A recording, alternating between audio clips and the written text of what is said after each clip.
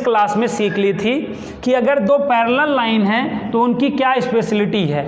उनकी ये स्पेशलिटी है कि जो फर्स्ट इक्वेशन में एक्स वाई का गुणांक और साइन होगा वही उसके पैरेलल लाइन में एक्स वाई का गुणांक और साइन होगा। समझ गए? यहाँ तक बात समझ में आ गई थी और इन पर डिपेंड क्वेश्चन भी आपको करना आ गया था, तो इसलिए हम ज़्यादा आपको इस प्ले लिस्ट में इस पे हम क्वेश्चन नहीं कराने वाले हैं। डायरेक्ट हम लाइन के परपेंडिकुलर लाइन का इक्वेशन कैसे फाइंड किया जाएगा या क्या होता है उसको प्रूव करने चल रहे हैं। ठीक है, जैसे हमने कहा अगर आपको दो लाइनें गिवन हो जाएं, ऐसे दो लाइनें गिवन हो जाएं और इनका आपको नेचर बताना हो, क्या बताना हो, नेचर बताना हो, तो आप कैसे बताएंगे। हमने कहा रेशियोज करना। किसका रेशियोज करना? एक्स वाई के कॉफिशिएंटों का रेशियोज करना। ठीक है, तो यहाँ पे ऐसे रेशियोज करो 2/4, ऐसे यहाँ पे भी करो -3/-6, ऐसे यहाँ पे भी करो 7/8। तो ये आपका 1/2, ये माइनस माइनस प्लस, ये भी 1/2 और ये 7/8। तो ये एक्स वाई वाला क्या आ गया बच्चों? एक्स वाई वाला इक्वल आ गया और कांस्टेंट नहीं आया। तो ये कैसी लाइन हुई? ये पैरेलल लाइन हुई। क्या हुई? Parallel line. पैरेलल लाइन की ये स्पेशलिटी होती है कि एक्स वाई के जो कॉफिशिएंट के रेशियोज होते हैं वो क्या होते हैं? इक्वल। तो यहाँ पे देखो एक्स वाई के कॉफिशिएंट के रेशियोज इक्वल है कि नहीं ना। अब ये पैरेलल लाइन है, तो अगर आप इस तरीके से स्पेशलिटी देखना चाहते हैं पैरेलल लाइन में, तो अब आप क्या करें, यहाँ पे 2 का मल्टीप्लाई कर दें, यहाँ पे 2 का मल्टीप्लाई कर दें तो 4x - 6y + 14 = 0। अब इस तरह की स्पेशलिटी आपको दिखने लगेगी कि नहीं? या इसमें गाइस क्या करें, 2 का डिवाइड दे दें, इसमें 2 का डिवाइड कर दें तो इस तरह की स्पेशलिटी आपको यहाँ पे भी दिखने लगेगी कि नहीं? क्या होता है, देखने की तो तमन्ना हमेशा हमें दो पैरेलल लाइन की ऐसे ही होती है, लेकिन कभी कभार हमारी तमन्नाएं पूरी नहीं होती हैं, हमारी इच्छाएं पूरी नहीं होती हैं, तो हमारी इच्छाओं में ऐसी गड़बड़ी आती है।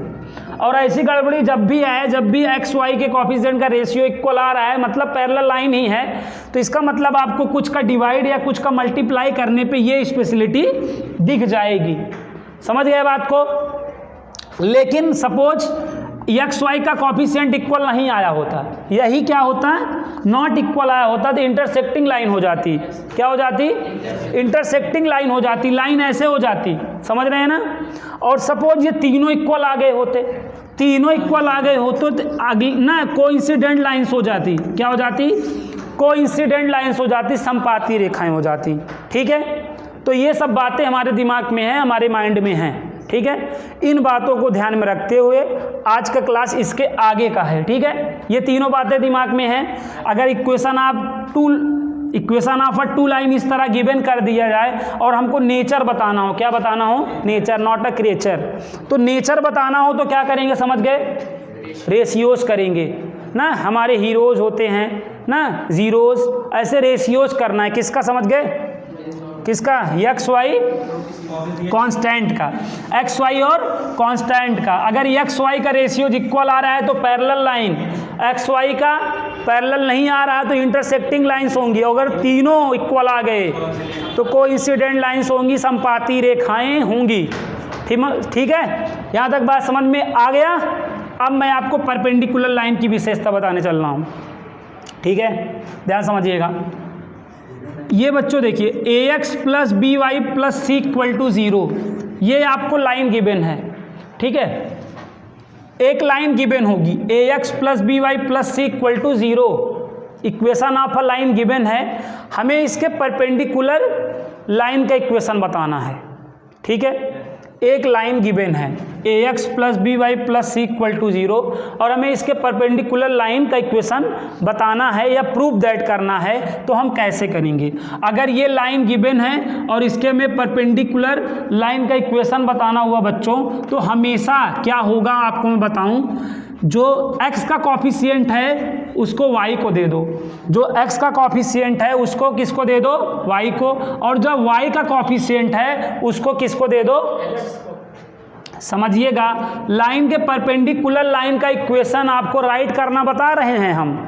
जैसे आप रेखा के समांतर रेखा का समीकरण लिख लेते हैं कि नहीं। जैसे कोई बच्चा आपको दे दिया कि दीदी भाई जो भी हो, ये इक्वेशन ऑफ अ लाइन है, बताओ इसके पैरेलल लाइन का इक्वेशन क्या होगा। तो आपने कहा कि 2x - 3y + लेम्डा बराबर 0, आप तुरंत यही बता लेंगे कि नहीं। अगर इक्वेशन ऑफ अ लाइन ये गिवन हो जाए और पैरेलल लाइन का इक्वेशन तुरंत राइट कर सकते हैं कि नहीं, तुरंत टेल कर सकते हैं। वैसे ही अगर आपको लाइन गिवन हो जाए और उसके परपेंडिकुलर लाइन का इक्वेशन आपको टेल करना हो, राइट करना हो, तो कैसे राइट करेंगे, ठीक है, ये चीज़ हम लोग सीखने चल रहे हैं। तो बच्चों क्या करना है, जो x का कॉफिशिएंट है y को दे दो, और जो y का है x को दे दो, और जो बीच का साइन है उसे चेंज कर दो, तो परपेंडिकुलर लाइन का इक्वेशन हो जाता है। किसका, किस लाइन का इक्वेशन बताने जा रहे हो, परपेंडिकुलर लाइन का। किस लाइन का, परपेंडिकुलर लाइन का इक्वेशन बताने वाले हो। तो क्या करना है, क्या करना है, b वाला x वाला कॉफिशिएंट किसको दे दो, y वाला दो, चलो इंटरचेंज कर दो, यहाँ के कॉफिशिएंटों को इंटरचेंज कर दो। कर दिए, इंटरचेंज कर दिए, करके यहाँ पे जो साइन है बदल दो, और यहाँ पे तो बदलाव आ ही जाएगा। ये होता है बच्चों, समझ गए। ये क्या है बच्चों, ये लाइन के परपेंडिकुलर लाइन का इक्वेशन है।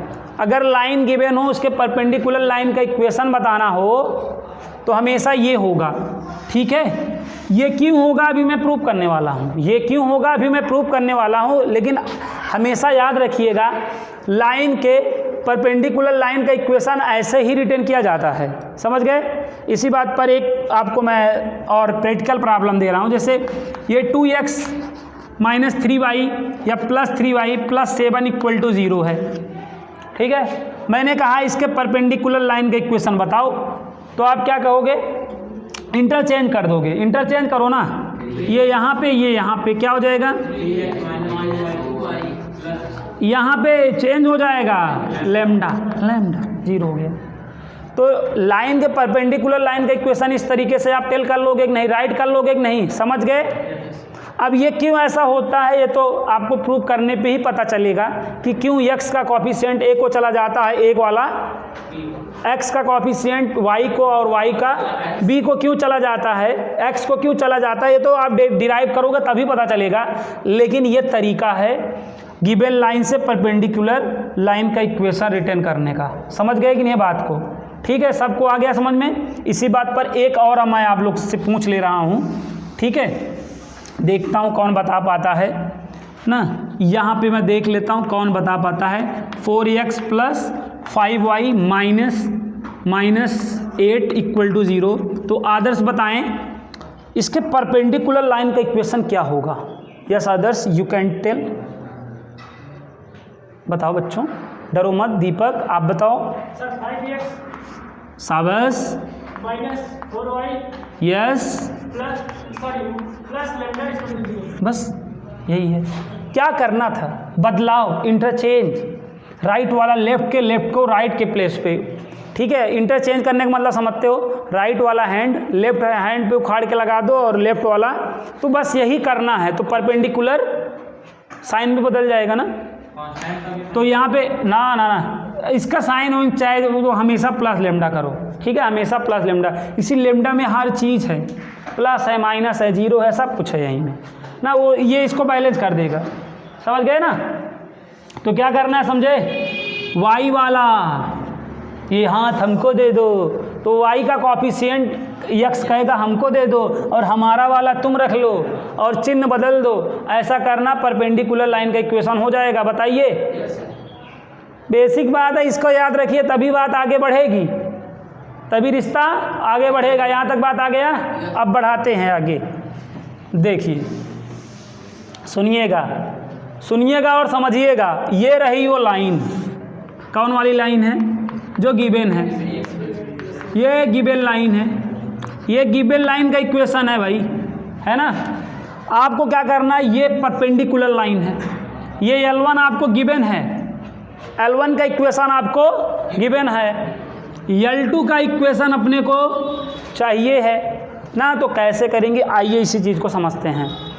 तो दो परपेंडिकुलर लाइन का तो ऐसे ही तो मतलब होता है, ऐसे होता है कि नहीं, बोलो, होता है ना। तो अगर ये दो परपेंडिकुलर लाइन है तो यहाँ पे देखिए दो परपेंडिकुलर लाइन है ना, तो दो परपेंडिकुलर लाइन में क्या होता है, देयर प्रोडक्ट ना, प्रोडक्ट ऑफ स्लोप क्या हो जाएगा, -1 हो जाएगा। प्रवणताओं का गुणनफल क्या हो जाएगा बच्चों, अगर ये दो लाइनें क्या हैं, परपेंडिकुलर हैं, तो उनका प्रोडक्ट ऑफ स्लोप क्या हो जाएगा, -1 हो जाएगा ना। L1 का स्लोप क्या होगा बताओ, L1 का स्लोप ऑफ L1, देखो स्लोप ऑफ L1 बताओ, देखो स्लोप ऑफ L1 को हम M1 बोल दे रहे हैं, तो क्या हो जाएगा -a/b ना। L1 की स्लोप से L2 की स्लोप निकाली जा सकती है कि नहीं, क्यों निकाली जा सकती है, क्योंकि L1 परपेंडिकुलर L2 होने पर M1 M2 बराबर क्या हो जाता है बच्चों, -1 हो जाता है। M1 का वैल्यू -a/b, M2 तो ज्ञात ही करनी है। तो ये माइनस ये माइनस क्या हो गया, प्लस, और ये नीचे वाला ऊपर वाला नीचे, तो यहाँ पे b/a आ गया कि नहीं, बताओ। तो यहाँ पे बात समझ में आ गई बच्चों, क्या आ गई कि अगर L1 की स्लोप -a/b है तो L2 की स्लोप आपको मालूम हो गई कि नहीं, L2 की स्लोप क्या मालूम हो गई, b/a। और स्लोप गिवन होने पे हमें क्या पता है, फार्मूला पता है। स्लोप गिवन होने पे हम क्या अप्लाई करते हैं बच्चों, mx + c। m यहाँ पे L2 के लिए लिख रहे हैं तो इसलिए M2 यहाँ लिख देंगे, और M2 की वैल्यू यहाँ से देख लीजिए, b/a × x + c। समझ में आया बात, आ रहा है ना बात समझ में। अब एलसीएम लो अपान 1 करके शुम कर लो, bx + ac ना। अब यू मल्टीप्लाई कर दो, क्या हो जाएगा बताओ, ay = bx + ac हो जाएगा कि नहीं बताओ। ay को RHS साइड लेके चले जाओ तो क्या हो जाएगा बताओ, इधर 0 हो जाएगा, = bx - ay + ac। यहाँ तक साइन कर पाए। अब ज़्यादा देर मत सहो, देखो ये इसको नोट करो, bx - ay। देखो मैंने आपको बताया जैसे 2 एक कांस्टेंट है, 3 भी एक कांस्टेंट है, इसका गुणा करोगे एक नया कांस्टेंट आ जाएगा कि नहीं। ए भी एक कांस्टेंट, सी का भी एक कांस्टेंट, गुणा करो एक नया कांस्टेंट, और वो नया कांस्टेंट क्या लैम्डा बराबर 0। देखो हो गया कि नहीं। तो अगर गिवन लाइन ये है तो परपेंडिकुलर लाइन का इक्वेशन क्या होगा, देखो क्या देखा आपने, x का कॉफिशिएंट y को चला गया, y को x को चला आया, और प्लस है देखो माइनस नहीं हो गया। तो ये डेरिवेशन था, कैसे बदल जाता है, यूँ बदल जाता है। कोई कहे क्यों बदल जाता है, कहते यूँ बदल जाता है। भाई देख लो, बोलो समझ में आ गया कि नहीं बताओ। आप हमेशा ये याद रखो, अगर ये एक खुशहाल जीवन चाहते हो, इसको याद रखो, ये लिख दो, ये दिखे तो ये लिख दो ना, उल्टा पुल्टा करना, ये दिखे तो ये दिखे तो ये। तो समझ में आ गया बात, क्लियर है बात, ये चीज़ समझ में आ गया। कर लोगे दोबारा, नहीं कर पाना कोई बात नहीं, लेकिन ये याद रखना इसको, ये गिवन होने पे ऐसे रिटर्न करना है, ऐसा रिटर्न होने पे ऐसा रिटर्न होना है, समझ गए। और एक बात इंपॉर्टेंट बात बताता हूँ, यहाँ तक नोट हो गया, कोई दिक्कत नहीं, चलो ठीक है। अब आप कर लीजिएगा, अगर कर लीजिएगा तो जान लीजिएगा समझ में आ गया है, नहीं कर पाइएगा तो जान लीजिएगा, फिर वीडियो देखिएगा, जब जितना बार कहे उतना बार देखिएगा, देख के फिर अपने खुद से लगाइएगा, और नहीं लगा पाइएगा फिर देखिएगा ना, देखिएगा महीने 2 महीने बाद तो आ ही जाएगा। चलिए यहाँ तक आ गया है, हमें पूरा विश्वास है आप लोग बहादुर बच्चे हैं, बहुत पढ़ने वाले बच्चे हैं, ठीक है। एक भी दिन एब्सेंट नहीं होते तो इसका मतलब है आप पढ़ने वाले बच्चे हैं, आपको पूरा समझ में आ गया होगा। ये गिवन, ये लाइन है, ठीक है, ये लाइन है, और ये इसके परपेंडिकुलर लाइन हुई, क्यों बच्चों, ये इसकी परपेंडिकुलर लाइन हुई, ठीक है, समझ गए। ये लाइन, ये इसके परपेंडिकुलर लाइन हुई कि नहीं हुई ना, ये लाइन और ये इसके परपेंडिकुलर लाइन हुई, क्लियर बात ना। अगर ये लाइन और ये इसके परपेंडिकुलर लाइन हुई बच्चों, तो एक काम आप करेंगे तो हमेशा 0 आ जाएगा। क्या? इसका और इसका अगर आप मल्टीप्लाई करिए, देखिए A B minus A B बराबर क्या 0 आ गया कि नहीं। एक्स वाई के एक्स का कॉफिशिएंट देखो, एक्स के कॉफिशिएंट का एक्स में मल्टीप्लाई कर दो, वाई के कॉफिशिएंट का जो साइन है वही लो, हमेशा क्या हो जाएगा। ये विशेषता, ये बहुत बड़ी वाली स्पेशलिटी निकल के आ रही है ना। इस याद को रखोगे, इस पॉइंट को याद रखोगे, आगे चल के बहुत बड़े बड़े पॉइंट छोटे छोटे पॉइंट बन जाएंगे। वेक्टर में इस चीज़ का बड़ा महत्व है। अब यहाँ पे देखिएगा 2x + 3y, ये ठीक है। अभी देखिए आप कैसे चेक करते थे, पैरेलल लाइन होता था तो आप कैसे चेक करते थे आप जान रहे हैं। कॉफिशिएंटों का रेशियो करते हैं, तो ये देखिए कॉफिशिएंटों का रेशियो इक्वल आएगा। यहाँ 3/2, वहाँ 2/3 तो नहीं इक्वल है, तो ये पैरेलल लाइन तो नहीं हुई। पैरेलल लाइन इंटरसेक्टिंग हुई कि नहीं। अब इंटरसेक्टिंग में परपेंडिकुलर लाइन कब होगा। इंटरसेक्टिंग तो हो गया क्योंकि परपेंडिकुलर लाइन भी तो इंटरसेक्टिंग लाइन है ना। अब इंटरसेक्टिंग में परपेंडिकुलर लाइन कब होगा, इस बात को आप समझिए। अब इनका गुणा करिए, फिर इनका करिए, क्या आ गया। इसलिए ये परपेंडिकुलर लाइन हुई। इंटरसेक्टिंग में कौन सी लाइन हुई, परपेंडिकुलर। ऐसा 0 क्यों हो जा रहा है, इस बात को आप समझ सकते हो, इस रीजन को आप समझ सकते हो। क्या बात है मैं बताता हूँ, ये बात समझ गए कि नहीं। पैरेलल लाइन को चेक करने का एक तरीका देखा ना, लगाओगे वही तरीका। इंटरसेक्टिंग हो जाएगा, उसके बाद परपेंडिकुलर वाला जब चेक करना रहेगा तो ऐसे चेक करोगे, समझ गए। इंटरसेक्टिंग लाइन ही तो परपेंडिकुलर लाइन बनेगी, उसको चेक करना है तो यू चेक करोगे ना। अब आप देखो यहाँ पे बात को समझो, ये आपका L1 है, क्या है L1, और ये क्या है बच्चों L2। अगर मैं आपसे पूछूं L1 की स्लोप बताओ तो आप चिल्ला के चहक के बताओगे -a/b। मैं आपसे पूछूं L2 की स्लोप बताओ तो आप चहक के चिल्ला के बताएंगे -a/-b/-a तो +b/a बताएंगे।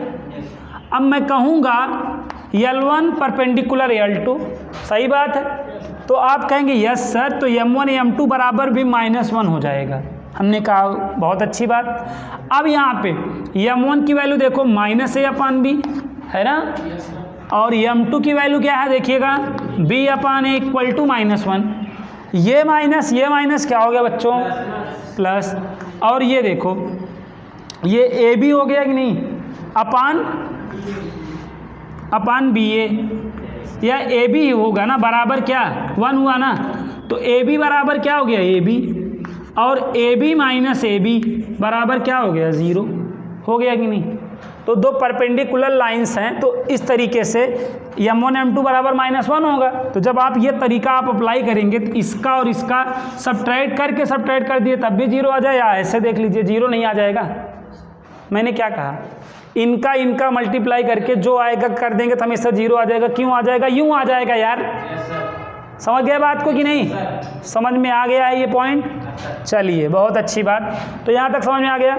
अब ऐसी ही अच्छी बात है तो मैं आपको 2 अच्छी कंडीशन निकाल के बता देता हूँ, ठीक है। 2 अच्छी कंडीशन निकाल के बता देता हूँ ना, बहुत ही अच्छी 2 कंडीशन निकाल के बता दे रहा हूँ। आप सुनिएगा और समझिएगा। मैंने कहा पहली जो पैरेलल लाइन है ये है, मैंने कहा जो पहली पैरेलल लाइन है ये है, एक लाइन ये है और दूसरी ये लाइन है। 2 इक्वेशन आप 2 लाइन मैंने कहा, ये L1 है ये L2 है। इक्वेशन ऑफ 2 लाइन को मैं जनरल फॉर्म में टेकन कर रहा हूँ। अरे इक्वेशन ऑफ लाइन की जो जर्नल फॉर्म होती है ये होती है कि नहीं बताओ, ये होती है ना। तो जैसे त्रिज्या होता है, कोई सर्कल में त्रिज्या को R से रिप्रेजेंट करते हो, लेकिन जब 2 त्रिज्याएं बोल देता है तो R1 R2 कर देते हो कि नहीं। तो ये तो रेखा है, ये एक रेखा है। अब अगर इसी से 2 रेखा आप निकालने लगोगे तो एक को L1 और एक को L2 कहने लगोगे कि नहीं। तो यहाँ पे ABC है, तो अगर पहली रेखा है तो A1 B1 C1 कर लोगे, और जो दूसरी रेखा A2 B2 C2 कर लोगे कि नहीं। अब मैंने कहा ये दोनों रेखाएं समांतर हैं। क्या है? समांतर। अगर समांतर है तो क्या होगा बच्चों? प्रवणताएं बराबर होती हैं कि नहीं? अगर ये दोनों रेखाएं समांतर हो गई तो प्रवणताएं बराबर हो जाएंगे। चलो ऊपर वाले की प्रवणता बताओ, -A1 अपान B1। दूसरे वाले का बताओ, -A2 अपान B2। माइनस माइनस क्या हो गया? माइनस माइनस प्लस हो गया। ठीक है, माइनस माइनस क्या हो गया बच्चों? प्लस हो गया कि नहीं? एक बहुत प्यारा रिलेशन निकल के आया, रिश्ता निकल के आया। क्या? A2 को इधर लेके चले जाओ, B1 को उधर लेके चले जाओ, तो क्या हो जाएगा? A1 upon A2 equal to B1 upon B2। समझ में आया कि नहीं? क्या?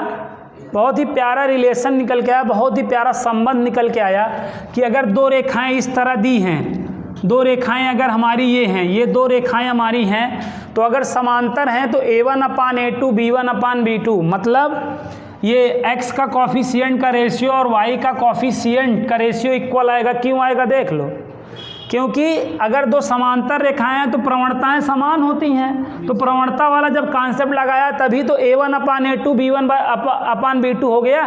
कांस्टेंट से कोई लेना देना नहीं रहता है, क्योंकि हमें स्लोप एक्स वाई के कॉफिशिएंट से मिलता है, तो कांस्टेंट से तो कोई मतलब है नहीं, कांस्टेंट को कोई इफेक्ट ही नहीं डालेगा ना। बोलो, तो अगर ये कोई दो लाइनें हैं, समझ रहे हैं ना, कोई दो लाइनें हैं तो समांतर कब होंगी? समझ गए? जब x के कॉफिशिएंट का रेशियो और y के कॉफिशिएंट का रेशियो देख लो। तो अगर दो समांतर रेखाएं हैं तो आप हमेशा ये कॉन्सेप्ट लगा सकते हो, A1 अपान A2 बराबर B1 अपान B2।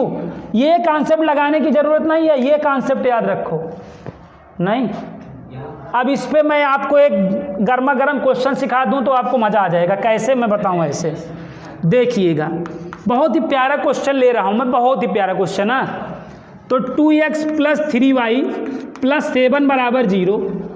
ठीक है, और अगला है 2, बात नहीं, यहाँ पे देखिए 4x, ठीक है, 4x plus ay plus 9 equal to 0। ये दो पैरेलल लाइन है। क्या है? ये दो पैरेलल लाइन है, तो स्मॉल a का मान बताओ, स्मॉल a का मान बताओ। ये दोनों लाइनें क्या है बच्चों? पैरेलल लाइन है। L1 बराबर क्या है? L2। ये गिवन है क्वेश्चन में, तो कह रहा है a की वैल्यू बताओ। तो हम ये वाला कॉन्सेप्ट ना यूज कर लें, हम क्या कर लें, हम 2/4 बराबर 3/a, ये वाला कॉन्सेप्ट यूज कर लें। a को यहाँ लेके चले आए, यहाँ चले जाएं, तो ये a बराबर देखिए 2 1 2 2 दूनी 4 ना, तो a का मान 6 आ गया कि नहीं बताओ? 6 यहाँ रखो, देखो 1/2 और यहाँ भी 1/2 आ गया कि नहीं? तो इस तरीके से हमें अगर दो रेखाएं दे दिया जाएगा, बोलेगा समांतर है तो a का वैल्यू बताओ, तो यूजिंग दिस कॉन्सेप्ट x के कॉफिशिएंट का रेशियो और y के कॉफिशिएंट का रेशियो इक्वल आता है, इस बात को हमने समझ रखा है। तुरंत यूज करेंगे, तुरंत a की वैल्यू टक से आ जाएगी कि नहीं ना। मैं कह रहा हूँ ना, मैं हमेशा कहता रहता हूँ, नज़रिए बदलिए नज़ारे बदल जाएंगे। ये तरीका भी है। और अगला तरीका क्या है कि अगर ये दो पैरेलल लाइन है तो इसकी प्रवणता और इसकी प्रवणता के बराबर होगा, तो भी कर लोगे तो आ ही जाएगा। लेकिन आप एक तरीका, दोनों की प्रवणताएं बराबर हो तो उससे क्या रिलेशन निकल के आया? ये नहीं रिलेशन निकल के आया। आपने पढ़ा है कि दो रेखाएं समांतर और उनकी प्रवणताएं बराबर होती हैं, उस रिलेशन से आपने क्या निकाला कि x और y के कॉफिशिएंट का रेशियो इक्वल हो तो रेखाएं क्या होती हैं? जो आप बोलते हो कि दो रेखाएं समांतर हैं तो x y के कॉफिशिएंट का रेशियोज क्या आएंगे? इक्वल आएंगे, क्योंकि दोनों रेखाएं समांतर रहती हैं। उसी रिलेशन से तो इस बात को आपने साबित किया, प्रूव किया। क्लियर है? तो इस तरीके से अगर दो रेखाएं समांतर हों तो x के कॉफिशिएंट का रेशियो और y के कॉफिशिएंट का रेशियो इक्वल करके तुरंत कोई ना कोई की वैल्यू बता सकते हो कि नहीं ना। प्रवणता निकालने की कोई आवश्यकता नहीं, यही बेसिक कॉन्सेप्ट लगा दो, हो जाएगा क्वेश्चन। मिलेंगे बहुत सारे क्वेश्चन। अब चलो यहाँ तक आ गया, तो क्या आपने सीखा? क्या सीखा आपने कि अगर ये दो लाइनें, ध्यान दीजिएगा बच्चों, ये इक्वेशन ऑफ अ लाइन है। क्या है? इक्वेशन ऑफ अ लाइन है। अगर ये इक्वेशन ऑफ अ लाइन क्या आ जाए, ये दोनों अगर पैरेलल हो जाएं तो क्या होगा, समझ गए? अगर ये दोनों पैरेलल हो जाएं तो क्या हो जाएगा, x के कॉफिशिएंट का रेशियो बराबर y के कॉफिशिएंट का रेशियो, ये हो जाएगा पैरेलल होने पे। अब यही अगर लंबवत हो जाए तो भाई, अगर यही लंबवत हो जाए तो m1 कितना आएगा बताओ ना, -a1/b1, m2 कितना आएगा बोलो ना, -a2/b2 आएगा। अब L1 परपेंडिकुलर क्या है L2, तो m1 m2 बराबर क्या आएगा, -1 आएगा।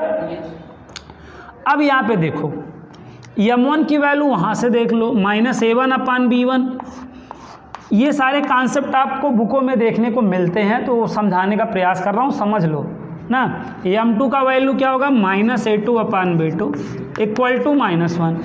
ये माइनस क्या हो जाएगा, प्लस a1 अपान ये माइनस प्लस a1a2/b1b2 बराबर -1, क्रॉस मल्टीप्लाई कर दो तो a1a2 बराबर -b1b2, तो a1a2 प्लस क्या हो जाएगा, b1b2 बराबर 0 हो गया कि नहीं। तो अगर दो रेखाएं क्या हैं,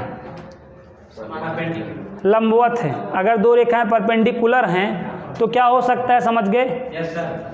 इनका मल्टीप्लाई करिए और इनका मल्टीप्लाई करके ऐड कर दीजिए, बराबर 0 आना चाहिए। क्या आना चाहिए, 0 आना चाहिए, सही है ना। इनका मल्टीप्लाई करिए और इनका मल्टीप्लाई करिए और ऐड कर दीजिए, क्या आ जाए, 0। तो इसका मतलब दो रेखाएं क्या हैं, परपेंडिकुलर। तो अगर यही दो रेखाएं समांतर हैं तो ऐसा रूप धारण करेंगी, समझ जाओ बच्चों, अगर दो रेखाएं समांतर हैं तो ऐसा रूप धारण करेंगी, और दो रेखाएं लंबवत हैं तो ऐसा रूप धारण करेंगी। समझ गए ना। और अगर ये समांतर और लंबवत नहीं हो तब कैसा रूप धारण करेंगी, ऐसा रूप धारण करेंगी। यहीं पे कट मार दोगे समांतर वाले केस में। ये दो रेखाएं समांतर हैं तो ऐसा रूप धारण करेंगी, ये दो रेखाएं लंबवत हैं तो ऐसा रूप धारण करेंगी, ये दो रेखाएं समांतर नहीं हैं तो ऐसा रूप धारण करेंगी। भाई एक्स वाई का कॉफिशिएंट का रेशियो नॉट इक्वल आना क्या मतलब है, इंटरसेक्ट करेगी, मतलब प्रतिच्छेदित रेखाएं हैं ना, ये वाली रेखाएं हैं ना, समझ गए। ज़्यादा पॉइंट हो जा रहा है क्या, डाइजेस्ट नहीं कर पा रहे हो, बताओ। हाजमा देखो अपना अच्छा करो, ठंडी का मौसम है तब नहीं डाइजेस्ट कर पा रहे हो तो अदर मौसम में क्या हाल होगा ना। मैं आपको एक क्वेश्चन देता हूँ इसी बात पे, बहुत ही अच्छा क्वेश्चन है, बहुत ही मज़ेदार क्वेश्चन है। तो मैं फटाफट आपको 3 क्वेश्चन सिखाने वाला हूँ, फटाफट, ठीक है। आप ध्यान दीजिएगा, पहले इस क्वेश्चन को समझ लीजिएगा। जैसे ये रेखा है, ठीक है बच्चों, और यहाँ पे ध्यान दीजिएगा,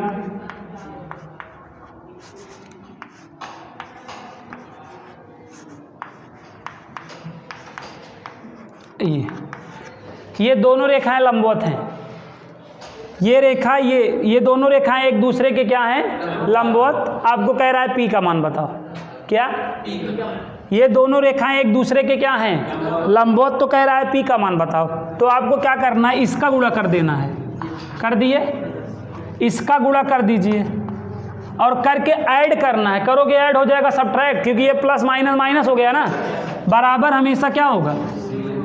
तो 6 बराबर देखो 2p, 2 1 2 2 3 6, पी का मान क्या हो गया, समझ में नहीं आया। तो ऐसे दो रेखाएं दी रहेंगी, लंबवत रहेगा और कहेगा पी का मान बताओ, तो यूँ बता नहीं लोगे, बता लोगे ना। चलो अभी यहाँ तक आ गया। अब क्वेश्चन सीखते हैं, क्या, find equation of a line, find equation of a line perpendicular to the 2x - 3y + 7 = 0 ना, and passing through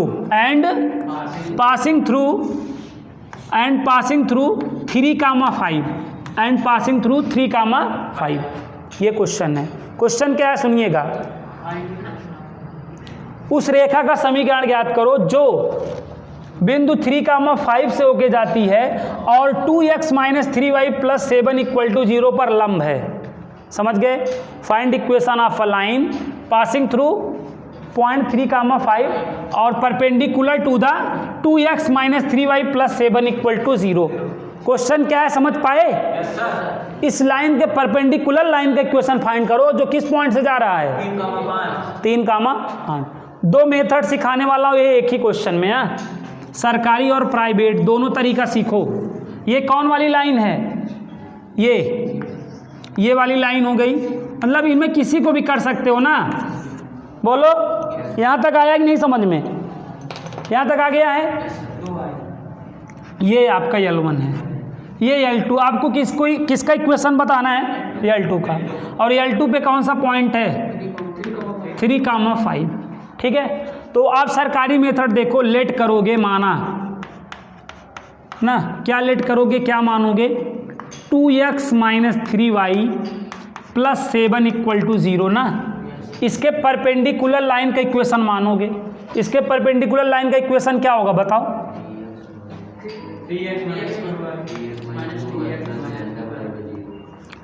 3x minus है तो प्लस हो जाएगा 2y प्लस लेमडा बराबर या इक्वल टू लेमडा ना। इक्वल टू लेमडा करो, ज़्यादा अच्छा रहेगा। समझ में आया कि नहीं बताओ? प्लस लेमडा करो, माइनस लेमडा करो या इक्वल टू लेमडा करो। अगर इतनी स्वतंत्रता दे रहा हूँ तो बराबर लेमडा करना चाहोगे। यहाँ तक आया? ये किसका इक्वेशन हो गया? L2 का। और L2 पे पॉइंट ऑलरेडी है, वेलकम करा दो ना, वेलकम कराओ इससे।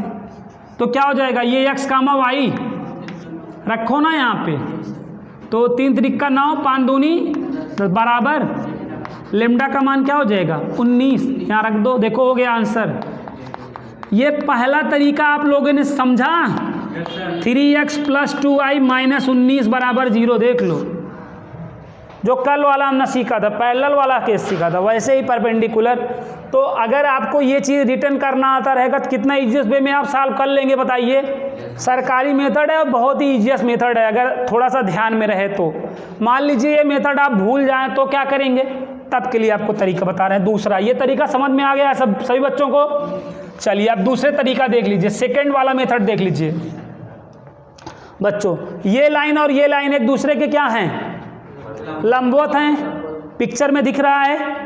इसकी स्लोप बताओ, इसकी स्लोप जो L1 है इसकी स्लोप बताओ। -2/-3, तो फाइनली क्या आना है? 2/3। यहाँ तक आ गया। यहाँ के बाद आप कहेंगे L1 परपेंडिकुलर L2, सही है? दोनों रेखाएं एक दूसरे के क्या हैं? लंबवत। तो M1 M2 बराबर क्या हो जाएगा बच्चों? -1 हो जाएगा। M1 की जगह क्या? 2/3, M2 इक्वल टू -1 हो जाएगा। तो M2 का क्या हो गया? -3/2। ये किसकी स्लोप है बच्चों? L2 की। L2 पे स्लोप मालूम है, पॉइंट मालूम है। 1 पॉइंट फॉर्म या पॉइंट स्लोप फॉर्म लगा दो। तो अब यहाँ पे ये वेलकम का काम नहीं करेगा, अब ये पॉइंट x1 y1 का काम करने लगेगा और स्लोप ये है। तो equation of L2 not up in two. अब यहाँ पे y minus y1 is equal to M2 x minus x1। आ रहा है समझ में? y1 की वैल्यू देखो, y1 क्या हो तुम? 5। M2 क्या हो? -3/2 ब्रैकेट के अंदर x माइनस, देखो ये मल्टीप्लाई करेगा 2y माइनस 10 -3x प्लस 9। सबको उधर लेके चले जाओ या इसको उधर लेके चले आओ, तो क्या हो जाएगा? माइनस है तो प्लस हो जाएगा। 3x प्लस 2y -10 -9 -19 बराबर हो गया उत्तर। देखो यही तो आया। यहाँ तक आया समझ में कि नहीं? तो इस तरीके से भी हम इक्वेशन निकाल सकते हैं। तो अगर हमें equation of a line given हो और उसके परपेंडिकुलर लाइन का इक्वेशन निकालना हो तो इस तरीके से मतलब फाइंड आउट कर सकते हैं। समझ में आ गया बात की नहीं? तो आज की क्लास में इतना ही ना। इन पे डिपेंड क्वेश्चनों को आप देखिए और सॉल्व करिए, किल करिए ना।